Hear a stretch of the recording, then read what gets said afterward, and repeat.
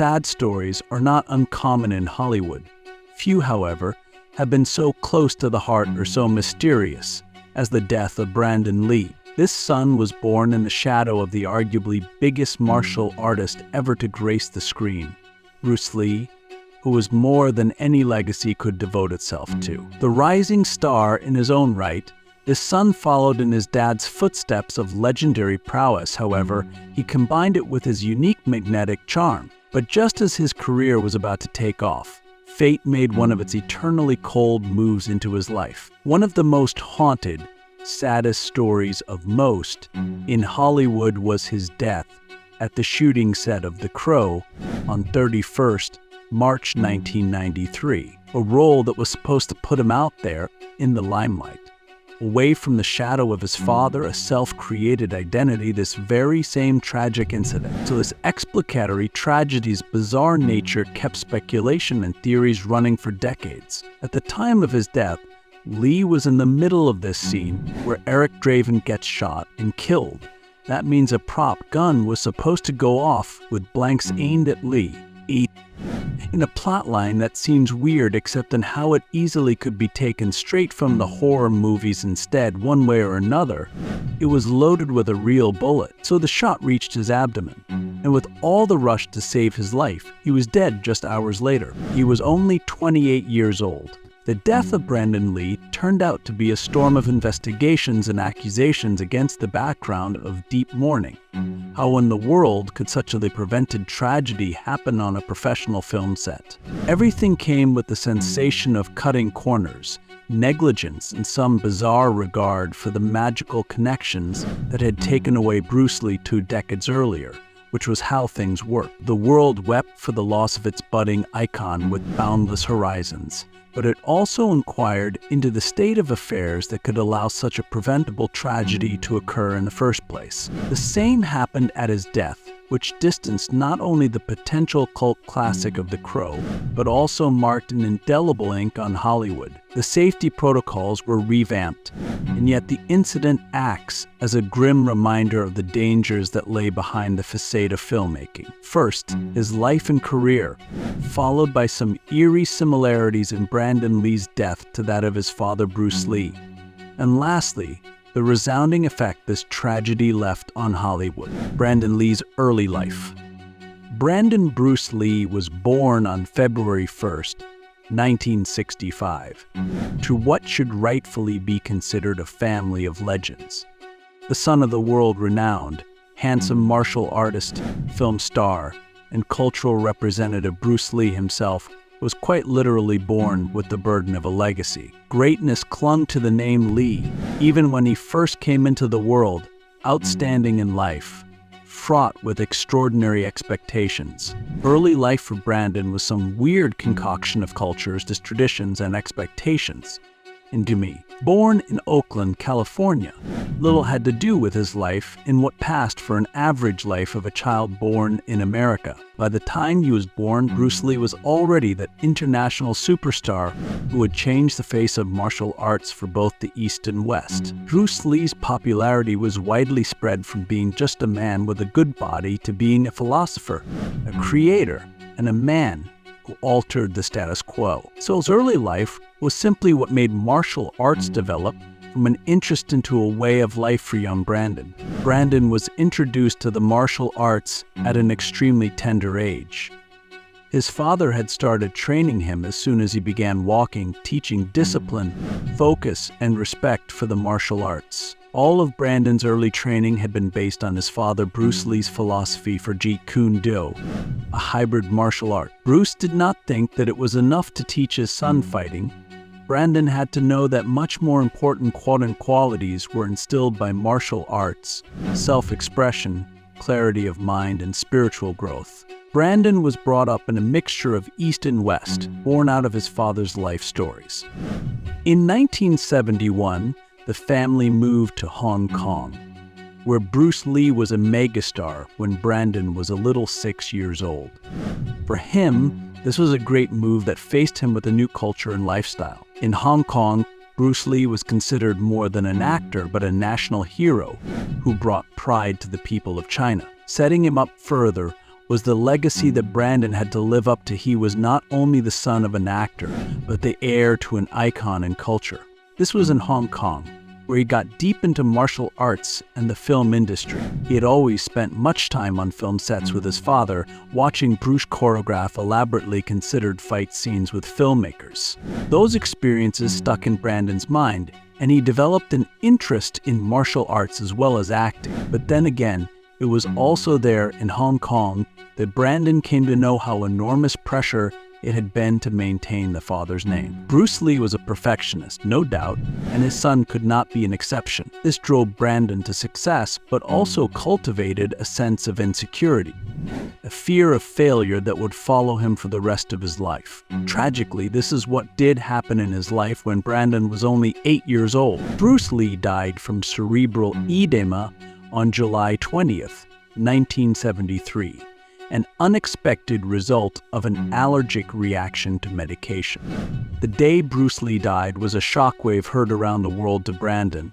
It was life-changing. For the child who had just come to understand the bond he shared with his father, the grief of losing him at such a tender age changed one's life forever and enroute one through life in the shadow of a legend. Many times later, Brandon referred to his father's death as the most pivotal experience in his life, one that sculpted his identity and career in great ways.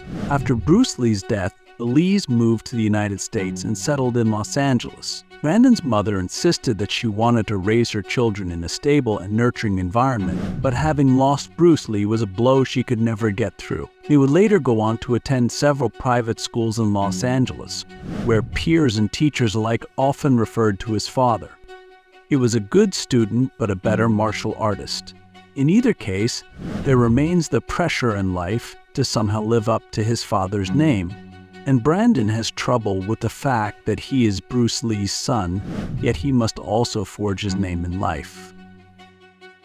As Brandon grew into the status of a teenager, he began to rebel against ideals set upon him. He got frustrated, always being compared with his father, and wanted to do something that wasn't in his bloodline. The rebellion took many facets, from the friends he kept to the gradual deviation from Jeet Kune Do, as it was taught by his father. But Brandon could not get himself far enough from Bruce Lee, despite his struggle to be free of that shadow. The world of martial arts, philosophy, and cinema that he introduced to his son was deep in Brandon's psyche. After high school, Brandon went to Emerson College in Boston to major in drama. A decision to act was both an act of homage and defiance toward the memory of his father, fungible and contradictory at once. He had wanted to do something in remembrance of his father, but he also wanted to make it in the industry on his own. Later, Brandon would then transfer to the Lee Strasberg Theater and Film Institute in New York City to begin perfecting his craft and officially launch his career.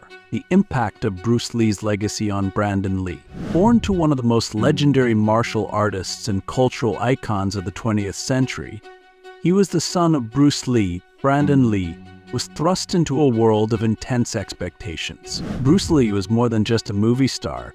He became some sort of strength, hard work, and pride not only within the Asian community, but also a long-lasting global icon beyond the screen. This was a legacy that Brandon felt proud of, yet burdensome at the same time. Brandon had grown up knowing full well the amazing reputation of his father.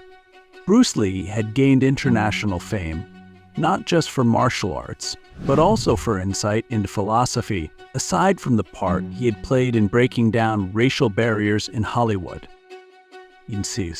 Bruce died prematurely in 1973 when Brandon was only 8 years old. Bruce Lee, who would grow larger than life through his love affair with him, set upon the quite complex reality of Brandon living in the shadow of this icon. Already from the word go, Brandon had to live up to his dad's expectations. People already projected that every step of the way, a son of the dragon should emerge as a martial arts star in his own right. Comparisons with his father were inevitable, as Brandon's every move fell under scrutiny. To relentless, such a spotlight would have turned on a timid soul, but Brandon dove headlong into it, a mix of reverence and rebellion. Brandon was proud of his father's heritage, but at the same time, he completely understood the need to develop an identity other than his father's. He did not wish to be merely an extension of Bruce Lee's story. Rather, he wanted to be an independent story as an author unto himself. To him, all that is reflected in the way he lived out his life and career. Although he embraced martial arts, he vowed to himself he would never end up just another action star. Brandon would try his hand at acting and claw his way up through all sorts of roles to prove to the world and himself that he could be more than just his father's son. This was then further solemnized when Brandon, during interviews, was outspoken on the pressure there is on living up to the Lee name. Comparing the kind of pressure he had, his vision was clear regarding his career to be known because of one's skill and work hard, and not because he was his father's son Bruce Lee. This determination then pushed him to make carefully selected roles that would let him show his skills as an actor first before a martial artist. One of the ways Brandon sought to alienate himself was through acting. He learned from some of the most seasoned performers and worked his tail off towards honing his craft. Writing on his martial arts background was not enough for him. He wanted to be an all-around performer. It was visible from his effort into the art in movies like Showdown, in Little Tokyo, or Rapid Fire, where he provided weight and intensity that equaled his potential to break through as a star. Yet in his bid to carve his path, Brandon was deeply enmeshed in the legend that his father had built. Only he could speak about Bruce Lee in such a praising manner, really watch what kind of influence his dad had on the world. Yet at the same time, he did draw the line in the sand very deeply between himself and Bruce Lee, that he wants to be thought of as an individual, not a clone of his father who has his voice and vision. This juggling act of paying respect to his father's memory, while also engraving out his own, could be the very core of Brandon's life and career, driving decisions, influences on performances in the way he was going to be perceived by fans and critics alike in their final analysis. Infinitely more than just a son, Brandon Lee was a talented, driven, enigmatic man who would leave his scar on this earth. The acting career of Brandon Lee. The struggle of Brandon Lee to reach Hollywood is the story of one kind of perseverance and passion, an undying yearning to come out into the bright sunlight from behind that tower of a shadow called Bruce Lee. Since day one, Brandon had been hell-bent on proving himself to be more than just Bruce Lee's son, but in every respect, he was indeed a martial artist and actor who could contend with the very best of them. It wasn't an easy road to stardom, lined as his career path was with small roles, grueling training, and a constant struggle to be taken seriously within an industry often too apt to see him as nothing more than an extension of his legendary father. So Brandon began acting in small roles, mostly in films attempting to bank off his father's fame. His first big break was starring alongside David Carradine in the 1986 television movie Kung Fu: The Movie. Although far from being the break that Brandon was hoping for, this did mark a beginning in the sense that it first provided him with an opportunity to showcase both his acting and martial arts talents on a bigger stage. But the role gave him the chance to start making his way, even as Hollywood was still drawing comparisons to Bruce Lee. Keen to carve his niche, Brandon continued to secure acting projects that placed his own charisma martial arts combination front and center. In 1991, he starred in Showdown in Little Tokyo with Dolph Lundgren. This action-packed film was a landmark in the career of Brandon, providing him with a far better platform to showcase his skills. Although the movie itself wasn't highly recognized, it did put Brandon's performance into view, and his name was highly brought forth as one of the rising action stars to be looked out for in the future. Comedic timing, dramatization, and athleticism all blended so effortlessly into his character that he proved was much more than a simple martial artist, a very strong, diverse actor. The following year, Brandon took the lead in Rapid Fire, which even better placed him within that promising young action star category. In the movie Rapid Fire, Brandon plays Jake Lowe, a college student who gets entangled in a lethal conspiracy between drug cartels and the FBI. The movie was, of course, legendary for its exhilarating fight scenes, brawls, most of which Brandon had choreographed himself, demonstrating his martial arts expertise with many new innovative moves. This performance in Rapid Fire was critically acclaimed in its own right and appreciated by audiences who saw Brandon finally coming into his own, independent of his father's shadow. This part showed he could do the required amount of acting and carry a movie himself, which was to set up what should have been a long, successful career. It was in his next role that really would catapult Brandon Lee into the limelight, the role of Eric Draven in The Crow. This dark Gothic film was based on the extremely popular comic book series and told the tale of a rock musician who comes back from the dead to avenge his murdered fiancée. So what attracted Brandon was not just the depth and complexity, but the scope it offered for allying as an actor. Whereas The Crow did demand getting into the depths of emotions and psychological aspects of his character in a way no other movie did for him, it provided him for the first time on the screen, showcasing his vulnerable and intense side. But Brandon's portrayal of Eric Draven was mesmerizing, to say the least. He brought an eerie, otherworldly quality to the character, mixed with sadness and anger, with a sense of justice that clicked with audiences. The kind of performance he had given in The Crow was on the verge of making him a household name and sealing his position as a versatile actor who could handle action and drama with equal aplomb. It was on the set of this very film that, unfortunately, his life was cut short, thus never being able to realize the full potential he so clearly had shown. Filming The Crow. The making of The Crow was ambitious and dark, steeped in Gothic themes that would become eerily synonymous with tragic events that transpired. Adapted from James O'Barr's graphic novel of the same name, The Crow was conceptualized as a gritty, atmospheric film delving into love, loss, and vengeance. Wrapped around the center was the story of Eric Draven, a rock musician who returns from the dead to avenge the brutal murders of himself and his fiancée. For Brandon Lee, this was not just another job. It was one of those career-defining moments to which he fully applied with the same vigor as did the haunting narrative of the film. So with the role of Eric Draven, Brandon had to go deep into the psychological despair of a character who suffered pain and loss that no human should ever face. The role required a mixture of physical strength, emotional depth, and an ability to portray the tortured soul that Draven so strayed. Brandon launched into the role as if possessed by the very character of a vengeful spirit, but a man who had been in deep love, and whose return was fueled by that Lou's violin end. His performance was simply mesmerizing as it captured the tragic hero struggling with the nuances that made Draven at once relatable and terrifying. Gothic and industrial, the atmosphere of the film was a character unto itself, wherein every aspect of the production would envelop an audience into a world as beautiful as it was bleak. Mainly shot at night,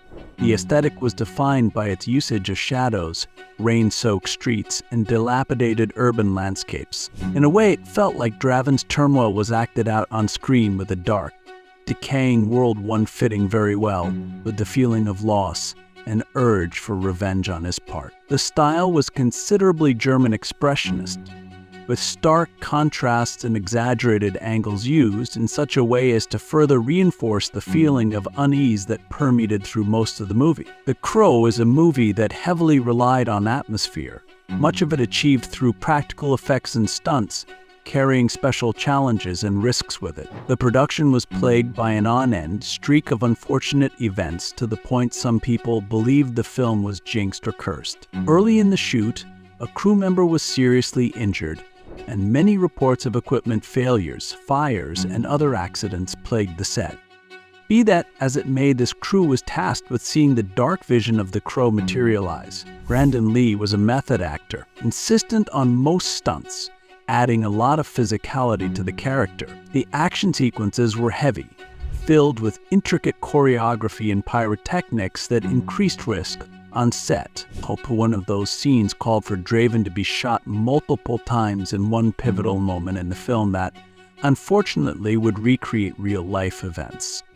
This scene would eventually become infamous because it was during this shooting sequence that a fatal mistake would be made. It was a movie, that had been operating on an extremely tight budget, which often meant shortcuts in nearly every aspect of the operation involving safety. The prop gun was supposed to be loaded with blanks for that scene, but through a series of miscommunication and oversights, a live round had been left lodged in the chamber from a previous scene. When the gun was fired at Brandon Lee, he was struck in the abdomen, which caused fatal injuries to him. The crew, in their ignorance of what had happened, thought Brandon was still acting, only to find out the horror of what had happened when he didn't get up. The Crow went on after Brandon's death to become one of those films that became synonymous with the tragedy that occurred during the making of this particular film. Inevitably, the film had to be completed by body doubles and digital effects, but when it was finally released, the film attained cult status, where the Mont's performance was immortalized as his final and most powerful work, mingling on screen dark themes in a gothic atmosphere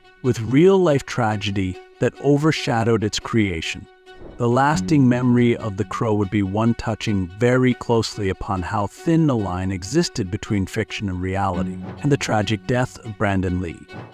March 31st, 1993 was to be the date that would forever change the face of Hollywood. 28-year-old Brandon Lee, son of the late, great martial arts leader Bruce Lee, was about to take that incredible leap into superstardom in a starring role as the lead in The Crow, a dark, gothic film set to ignite his rising star. The day would end in unspeakable tragedy, leaving the world in shock and heartbroken. The fatal accident occurred in the filming of a scene where Lee's character, Eric Draven, was being shot and killed by a gang member. The scene was in no way complex. A prop gun was to be shot at Lee, while special effects were supposed to create the illusion of the gunshot. What should have been just another routine shot because of a series of fatal oversights turned into a nightmare. Because it was earlier decided that live .44 Magnum cartridges would be used in close-ups of loading the gun, a crew member had to make some dummy rounds.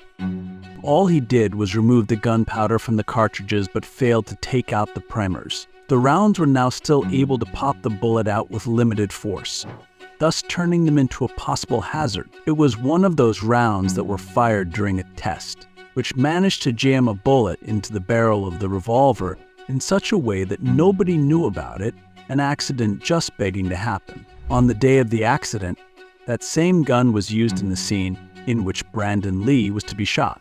This time, the gun was to be loaded with blanks cartridges that indeed contain gunpowder but do not have a bullet. What the crew did not know was that the bullet from the prior accident was still lodged within the barrel.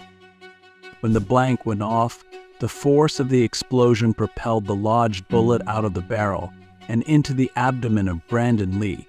The immediate aftermath was frantic and gruesome. First and foremost, many took the collapse of Lee as part of the scene, an act he had done too well. It wasn't until the crew members saw the pool of blood forming around him after rushing to his side that they knew he was in serious trouble. The crew frantically tried to stop the bleeding and get medical help. Brandon was soon rushed to New Hanover Regional Medical Center, where doctors were working around the clock to save his life.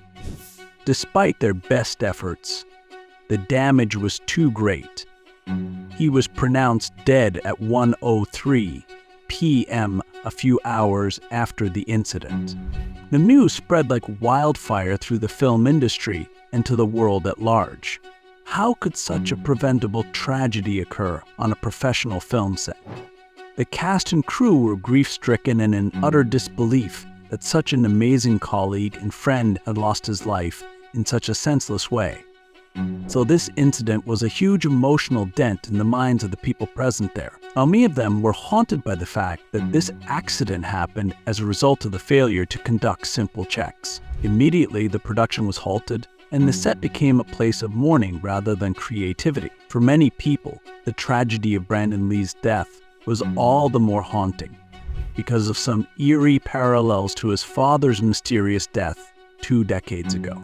It was a tragic accident which, besides taking away the life of a promising young actor, cast a long shadow over the film industry, having significantly changed the safety protocols concerning handling firearms on set. Brandon Lee's case is one sad reminder of how delicate life is and how many dangers may be in the background of this wonderful world of filmmaking. Investigation and fallout. The tragic death of Brandon Lee during the filming of The Crow sent shockwaves through Hollywood and the world at large, raising immediate questions as to how such a catastrophic failure in safety protocols could occur on a professional film set. As it were, an investigation into Brandon's death had brought forward a series of errors and oversights that culminated in his fatal shooting.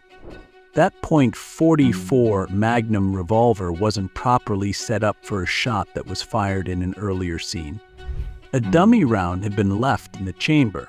This, in combination with a live blank cartridge, turned into a lethal projectile that struck Brandon in the abdomen, did not take the Wilmington, North Carolina Police Department, and other industry safety professionals very long to discover a myriad of procedural failures that had occurred on set, most glaringly the lack of firearms control. It transpired that the production had taken a shortcut in hiring a prop master with little enough experience to credibly handle such an important and dangerous assignment as managing firearms on set. That, coupled with a rushed shooting schedule, created a lethal breach in safety protocols.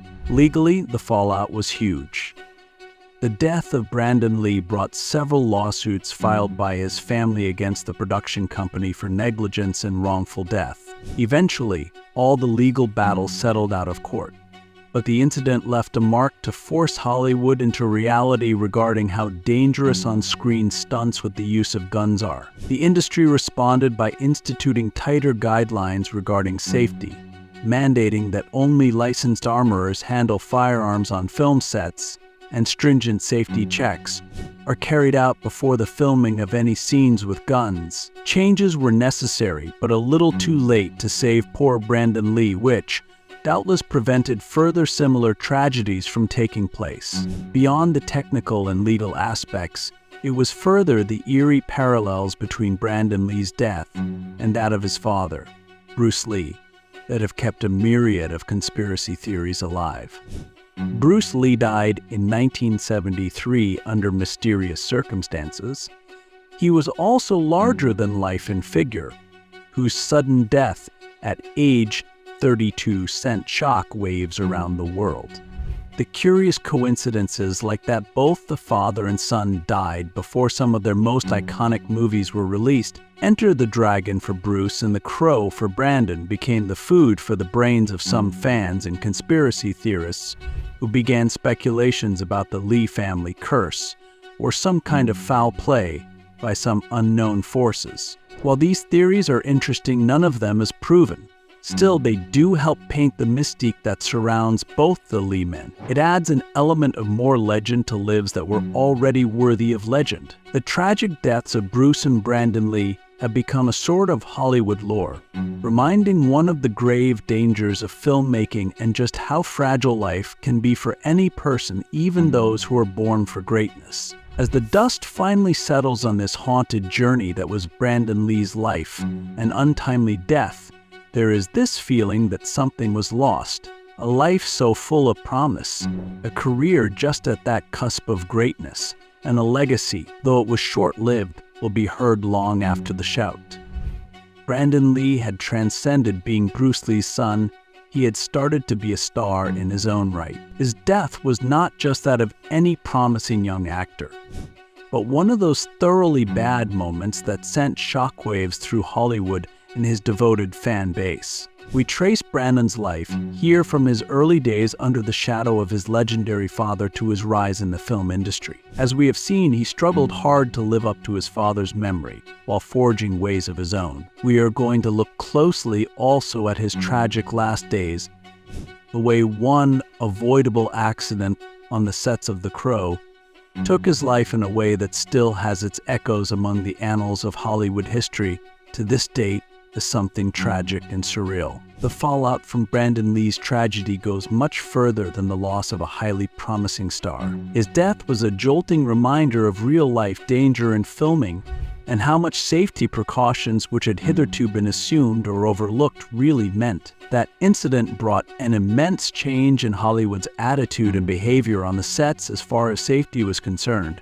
mainly regarding handling firearms and the use of stunt work. Undoubtedly, these changes have saved lives, but they also serve as a grim reminder of the cost at which that came. Besides, the death of Brandon launched a wider discussion of pressures and challenges accompanying living in the shadow of their parents' fame. His struggle to carve an identity separate from his father found resonance with many who knew carrying that kind of baggage. It is thus that Brandon Lee's legacy has not only come to be about the characters he portrayed or the films that might have come from him, but has become about this greater human endeavor, being seen for who you are, rather than for who you are expected to be. So we're left to consider the impact of Brandon Lee's life and work in terms of what might have been. His performance in The Crow isn't a hint at what might have been, but an enduring testimonial to his talent and dedication.